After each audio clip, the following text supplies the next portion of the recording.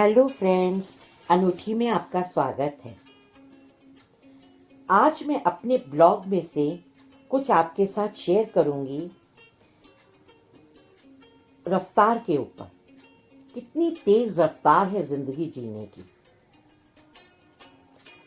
और रफ्तार इतनी तेज है और हम उत्सव मनाना चाहते हैं लेकिन उत्सव मनता ही नहीं। हम जिसे उत्सव कहते हैं वो पल भर की खुशी होती है, पल भर का आनंद होता है। उसके बाद फिर हमको चाहिए होता है कि हम दोबारा कुछ ऐसा काम करें कि जहां आनंद हो। आनंद ऐसा क्यों है कि जो खत्म हो जाता है और फिर आनंद की आवश्यकता हो जाती है। आज ऐसे ही मैं न्यूज़ सुन रही थी, तो न्यूज़ में मैंने पढ़ा, गूगल न्यूज़ पर एक न्यूज़ आई थी कि साइंटिस्ट ने, आइंस्टाइन ने और कुछ ऐसे वैज्ञानिकों ने जिनको नोबेल पुरस्कार मिला हुआ है, कुछ ग्रुप है जो आइंस्टाइन के साथ जुड़ा था, और उन्होंने घड़ी 1947 में बनाई थी जो कालचक्र को बताती है कि दैवीय आपदा आने वाली है या भयंकर आपदा आने वाली है। तो उस घड़ी में कोरोना आने वाला था, तो उसमें 2 मिनट का समय बताया था पूरी दुनिया पे आपदा आने में, प्रलय। और अब वो कुछ 100 सेकंड बता रही है, मध्य रात्रि है। तो रात्रि तो अंधकार तो हमेशा ही है, कब आपदा नहीं आई? क्या ये घड़ी बनने से पहले आपदा नहीं आई? या किस युग में आपदा नहीं आई? या किस काल में आपदा नहीं आई? दैवीय आपदा तो आती ही रहती है। ये तो इस संसार का नियम है, ये इस धरती का, इस मृत्यु लोक का नियम है। हर मंडल पे ये नियम है, अपने अपने नियम निर्धारित हैं। तो फ्रेंड्स, आज हम उसी के ऊपर बात करेंगे कि ये क्या है, क्यों है। तो जब धरती का उद्भव हुआ तब धरती काफी धीमी रफ्तार पे घूमती थी, दिन और रात लंबे होते थे। राम ने 11,000 वर्ष राज्य किया सीता जी के धरती में समाने के बाद। तो उसके पहले कितने वर्ष या राज किया? कितना लंबा समय था। फिर युग के अनुसार जीव की बुद्धि, ज्ञानार्जन और संयम की गति धीमी होती चली गई, और मन की गति तीव्र से तीव्रतर होती चली गई। मन चंचल होता चला गया, मन भागने लगा, है ना। तो मन की गति इतनी तीव्र हो गई कि मन पर किसी का कोई नियंत्रण ही नहीं रहा, और इस मन की गति के अनुसार ही काल भी चलेगा। जीव काल से आगे नहीं भाग सकता। जीव काल को पकड़ना चाहता है, लेकिन क्या काल चक्र किसी के वश में आया है कभी? हम समय को पकड़ने के लिए भागते हैं, हमारा मन भागता है।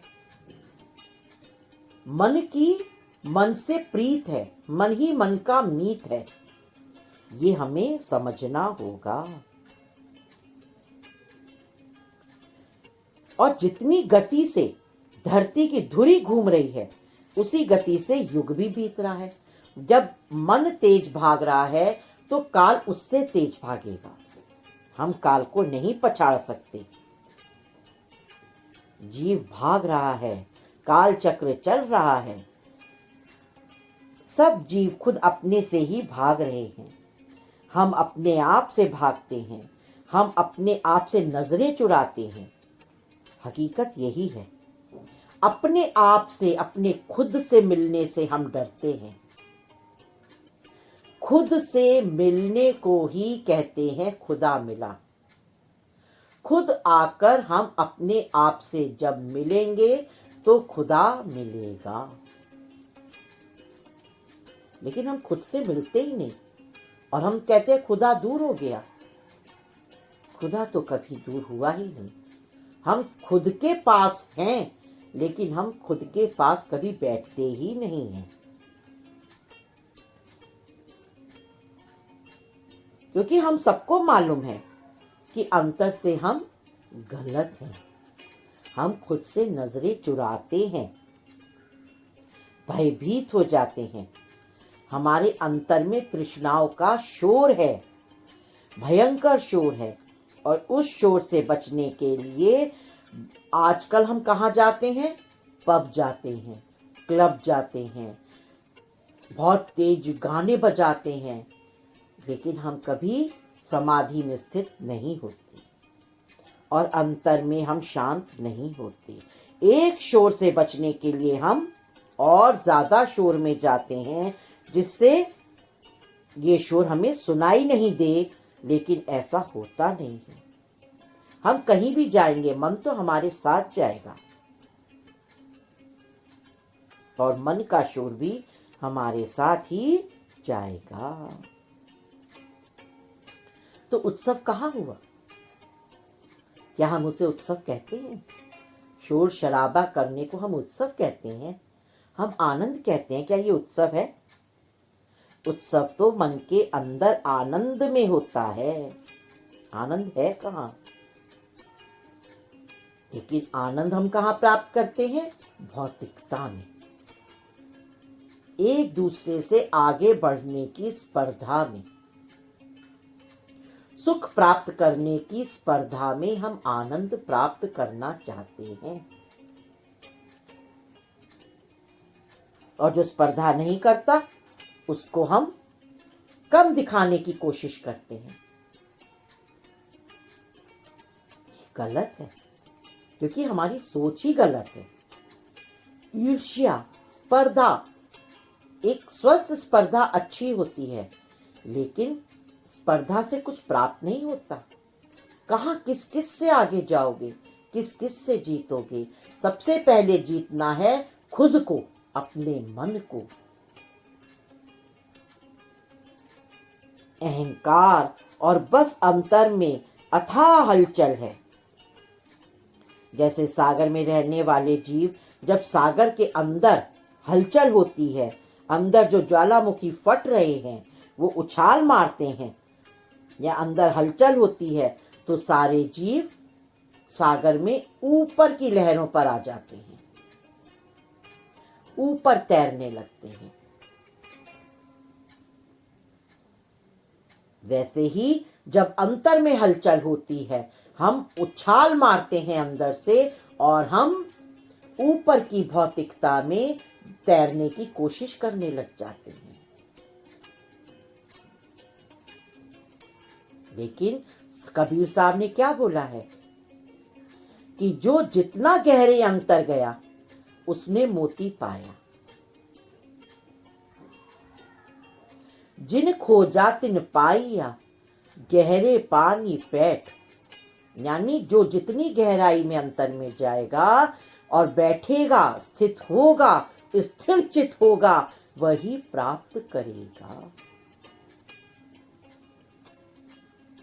ये सच्चाई है। तो जो बाहर दिख रहा है वो सत्य नहीं है, ये ऊपर की भौतिकता है। इसमें उत्सव नहीं हो सकता। हम केवल स्पर्धा कर सकते हैं, तृष्णाएं हम कर सकते हैं, और हमारी सुषुप्त तृष्णाएं उभर उभर कर आती रहेंगी। उनका अंत नहीं होगा। उनको समझना पड़ेगा और मन को अंकुश लगाना पड़ेगा, मन को लगाम लगानी पड़ेगी, और स्थिर चित होकर, शांत होकर, अपने अंदर स्थित होकर समाधि में बैठना होगा। और फिर अंतर में रास होगा। वह रास है, ये जो बाहर नृत्य हम करते हैं शरीर से, यह रास नहीं है। अंतः में जो रास होता है, वह रास है, रस का आनंद देने वाला रास है।